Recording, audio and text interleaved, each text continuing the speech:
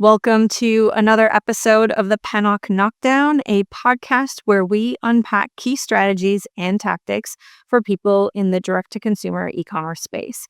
I'm joined today with Cleo Escarez. Cleo, nice to have you. Hi, thanks for having me.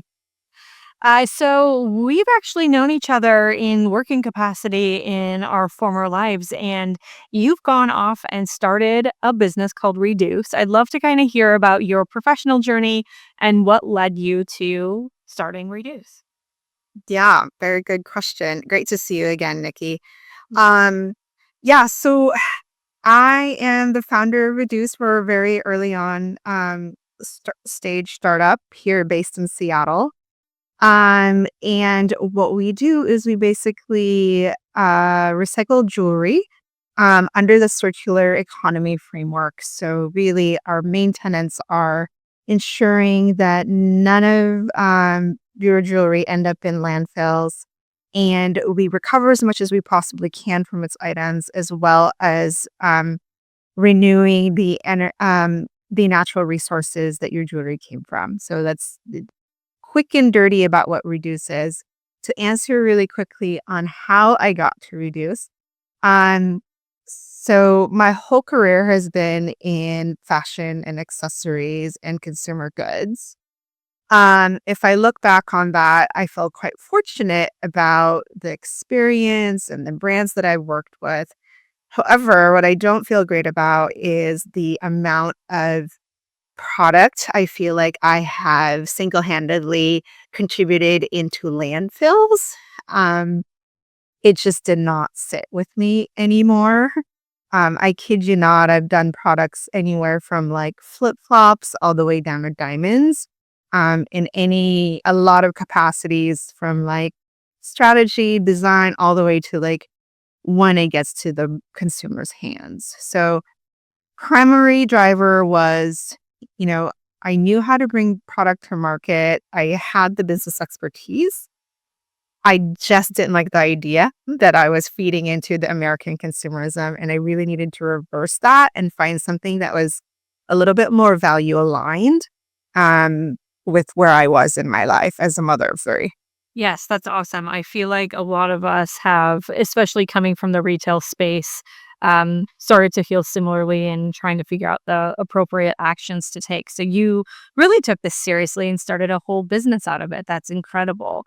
Um, I know you're relatively new, as you mentioned. What have been kind of the building blocks of getting to where you've been, and have there been any surprises to get reduced to where it is today? Very good question. Yes, many surprises for sure. Um, I, I've anytime somebody asks me about the business, my um, one of the main questions have been like, "Well, how did you come up with it?" or "What surprised you?" How I came up with it is prior to Reduce, I was running a jewelry company. We we're B Corp certified, and we did private labeling. I'm sure you're familiar with that means, someone in retail. And really what we did was we manufactured products for other brands like Nordstrom's or Target per se. And we were as clean as we could possibly get as far as, a manufacturer or a brand in the jewelry space. But that truly wasn't enough for me. It's at the end of the day, it was still, I was contributing to creating more things that you could argue is not necessary. However, what I did learn in running that company is being completely and intimately familiar with the supply chain of jewelry. And with that experience and running the company, I also learned what was missing and what the problems were in the customer journey. And one of that is really addressing the end of life of jewelry. So basically, when you're done with your jewelry, what do you do with it? Um, and there just was not a great solution out there. So that's why I created Reduce to really be a responsible way for you to address the end of life of your jewelry. Yeah, so walk me through and the audience through, because I know I picked your brain about this a couple weeks back. Like, as a consumer, I actually, when I was putting on my earrings today, I had the pair that I was like, oh, these are low quality, they're about to tarnish, I've got to put them in sag and send them somewhere. So if I send them to you, like walk me through the journey of how it is as a consumer and what happens to the product after it leaves my house. Yes. So right now we've got a product and it's our mail kit product and it's our direct to consumer product. And so you order a mail kit on Redyoos.com and we will send you a um, prepaid postage envelope. So it's no cost to you and you can finally get rid of that Ziploc bag of jewelry that you just don't know what to do with. And we will take both fashion and fine jewelry to really take away from the whole like sorting through it or like untangling your chain. Um, so and we'll take care of all of that the problems that you have, which is probably why it's been kind of sitting in your drawers for a long time. And if you don't know the difference between fashion jewelry and fine jewelry, industry standards is fine jewelry has to have precious metals in it, as well as gemstones. And fashion jewelry does not contain any of it, but we'll take any jewelry in any condition. So once you are like, okay, great. Now I can finally responsibly recycle this jewelry. We'll take it, we'll assess it in its condition and its quality. If it's fashion jewelry, that it can still extend its life. We partner with our local 501(c)s or nonprofits, such as Dress for Success. And what we do is we donate it to them, and they give it to their members, and or they'll resell it to fund their nonprofit. And we don't stop there. So other jewelry that may be broken. So imagine beads, right? Or something that doesn't have much value from a fine metal standpoint that's broken. We'll deconstruct it or try to repair it. And if it's deconstructed, we'll give like a bag of it to like local art projects as well for them to be able to reuse it. So our first stop really is to make sure that none of it goes into landfill. And if it's fine jewelry, so it has the precious metals, which is really important, we want to recover that and put it back into the supply chain. So we'll remelt it and then put it back into the supply chain for manufacturers to create technologies. And the reason why that is important is because everything that has an on-off button, like has silver and gold in it, and jewelry actually takes up the most of our global supply currently. So it's quite important for us to start refining and recycling that back because we're just running out of these metals. Love it. Great.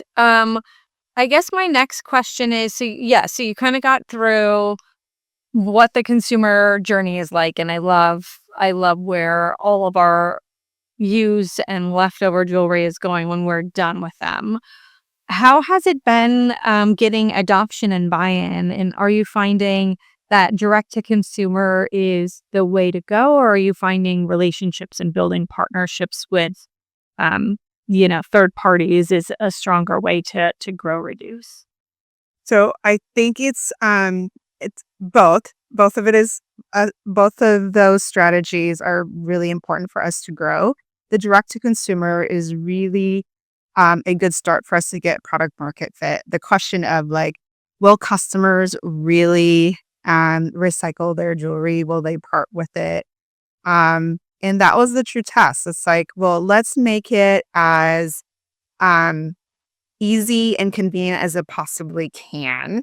They don't have to go anywhere. You just literally order something for free and we'll help you with it, right? So as frictionless as possible. And that's really resonated. But one thing that's been really refreshing is also the partnerships that we're having, right? So we just landed a partnership with Goodwill, Evergreen here up in Washington. And when we started the partnership, what I didn't anticipate is that it also became a circular partnership, similar to what our partnerships is with Dress for Success. So they get donations, and instead of not finding a channel for things that they don't sell from a jewelry standpoint, we're then able to help them find another solution to ensure that we're extending the life of that jewelry without it going into landfills. But then we're also able to, if we have jewelry that we get, for example, that we can't resell or have value, we can then again try to circularly provide it for them as well. So that's been a really surprising partnership to have. Um, and then from a like brand to brand partnership, we do have partnerships with local brands where we're able to manage their kind of operational process in terms of like their returns or just customers that really needed a channel to do it. And they've been able to be like our drop off solutions too. So, yeah. That's super cool. So, when you think about some of the things coming forward next for you guys, do you, from a growth strategy perspective, are you continuing to weigh the channels equally? I think, earlier today I was talking to someone in the skincare space, and they're finding after 4 years of business, more of their success to be in the B2B lane and more of their growth possibilities. Have you unlocked kind of the overall strategy, and will you be pivoting more heavily into one versus the other? Yeah. So I think if impact is our purpose, um, we really need to lean into our B2B strategy, especially if, one of the main tenets for us is to ensure that we have we're able to return the supply of these precious metals back into our domestic supply. It's really important to be collecting these jewelry by the numbers, right? Like, yeah, I think it's great that we're providing a solution from a customer to customer or customer perspective.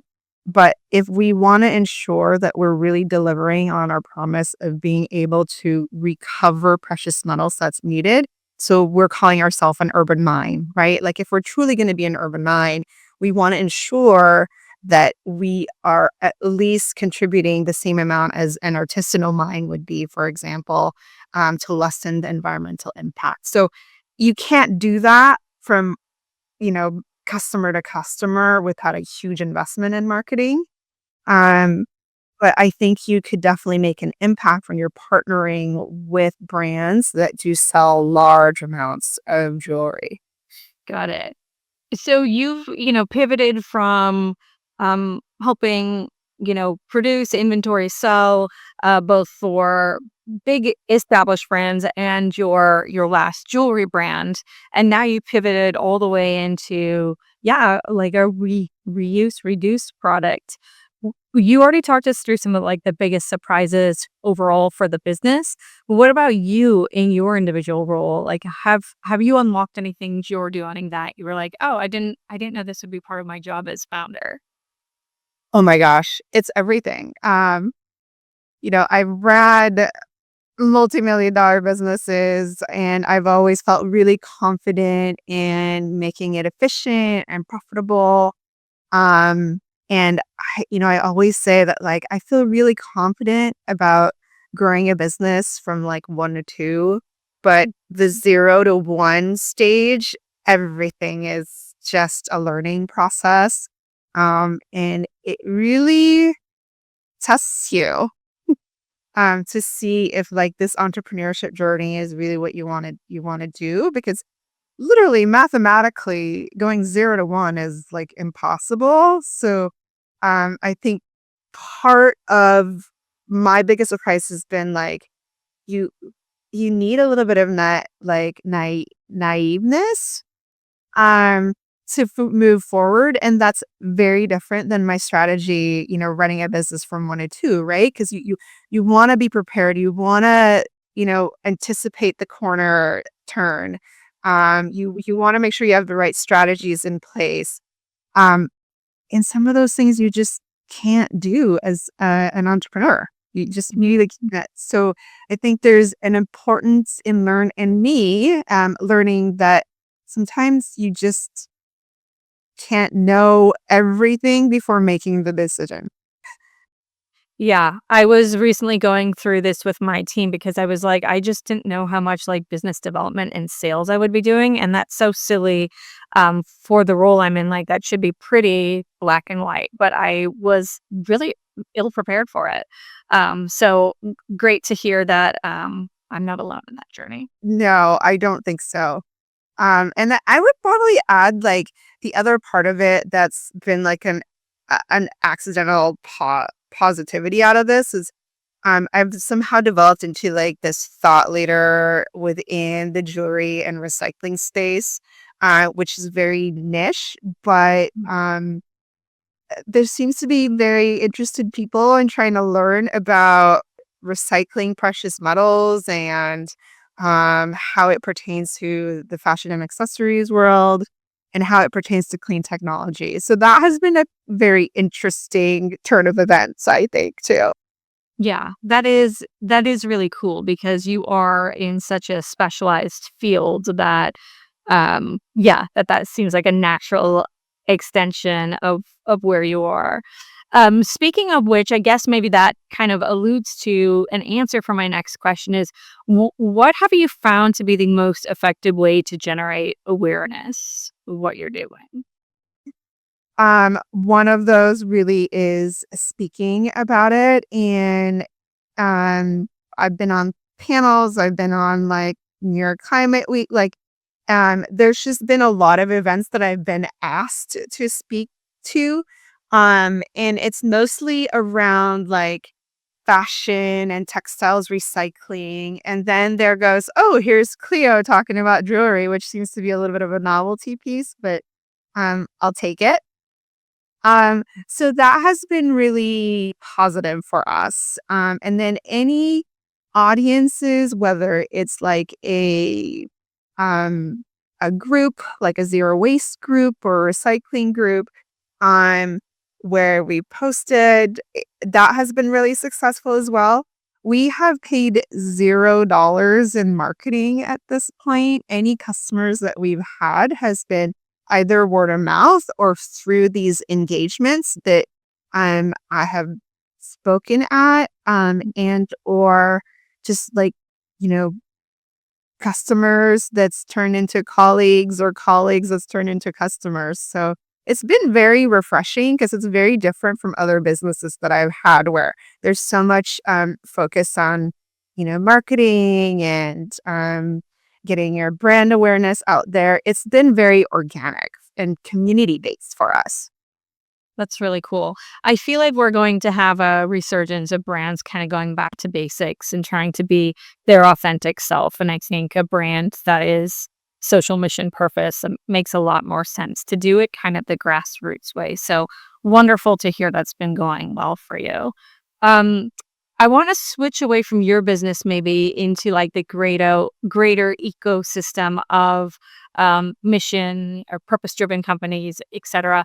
Are there any other brands or products that are coming to life that you're really excited about, either because of the mission or because of kind of a new approach to doing something?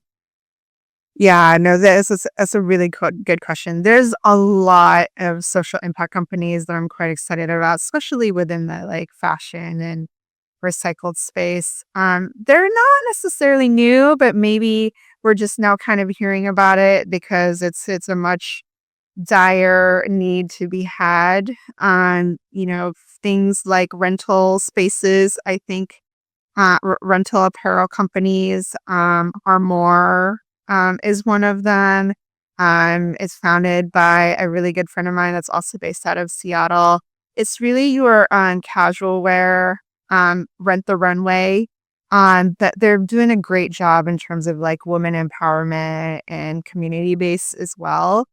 And then I think there's other brands out there that are doing, giving you alternatives for textiles alternatives, either by way of recycling it responsibly and then creating something new with it. So Cirque is one. Evernew is one. Evernew is also shout out to another Seattle-based company. Um, and then I think from like a circular economy standpoint, there's some really interesting ones. Like I just learned about a company called Clean the World, where they're taking soaps from hotels, and repurposing it and then creating new bars of soap by um, m- something that they're doing in the process, which is great. Anytime we're trying to remove as much waste as we possibly can and turning into something I'm a fan of. One of those hotel guests who is like, "Why am I opening this bar of soap?" Even if it's a small one, I'm like, it just seems so ridiculous. Ziploc bag to take it home in and, continue using it. But it is a Ziploc bag that I usually put it in out of convenience. Yeah, or just the little like plastic ones, right? Like, it tortures me to see that when it's like 3 uses and then what? What are we doing with this plastic? Um, I know. I know. Yeah. All right. Well, those are some cool new businesses or brands and services out there. As we kind of get close to wrap time, you've done so many different things with your career. Um, if you were to give your younger self rather, a piece of advice, what would you tell young Cleo? oh geez. Um, just trust the process. Um, I think that, my path hasn't been quite linear in the sense of entrepreneurship. However, I've always known that I wanted to do something on my own. I was just waiting for a time to really bet on myself. The time has come. Um, but I don't think I would have really gotten there if I didn't go through all of like my professional and personal experiences that I've had. Like some of it may not make sense if you look through kind of the brands I worked with and the career and the positions, but if I look back on it, there are things that I now, take with me in every decision that I'm making with Reduce. So, yeah, I think it would be trust the process and it'll be okay. And if it's not okay, then, and it's not the end, right? I think someone told me one time, I don't remember where it was, where in the end it was it'll be okay. And if it's not okay, it's not the end. I love that. I want to go back to your first one though, trust the process, because I feel like that's common advice I hear people give in this setting. And you have 3 kids, I have 3 kids. I just wonder if our children, when they come of working age, will they also struggle with trusting the process? What's your take on that? Oh, I'm sure they will. Like I think there's going to be different bumps in the road and different challenges that they're going to be questioning it a lot. And if they're not, I would be worried about my parenting skills. That's the camp I should fall into then. Um, I just feel like they're so fluid in their thinking and their work style and just how they process things. It'll be interesting to see what all of the younger generation does with their time professionally. Yeah, I think it would be a different challenge.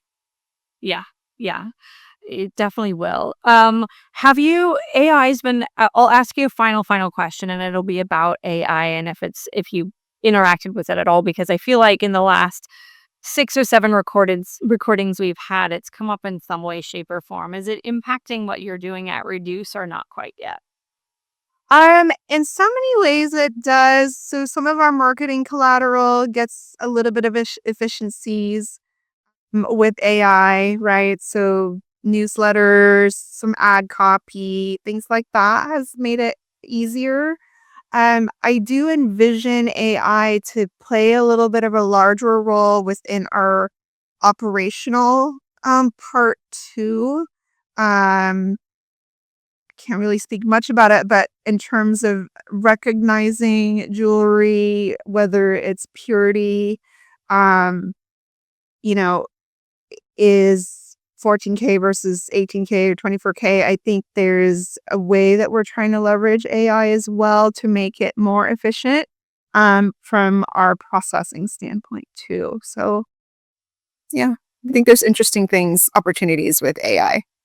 Yeah, great. Yeah, and it seems like the low-hanging fruit of improving copy and improving creatives, good to hear you're taking advantage of it like everyone else out there, it seems like is at this point. Thank you so much for your time today. If people want to get in touch with you or follow along, maybe get the mailer from Reduce, where can they learn more?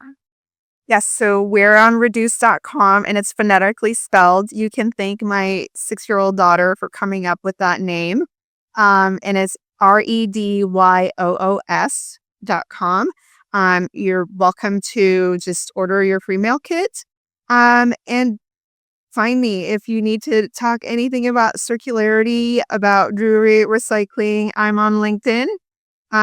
Yes, and we also have an Instagram for Reduce. So I'm around if you need to get a hold of me.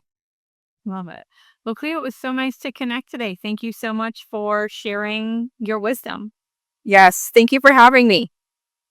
All right. See you next time.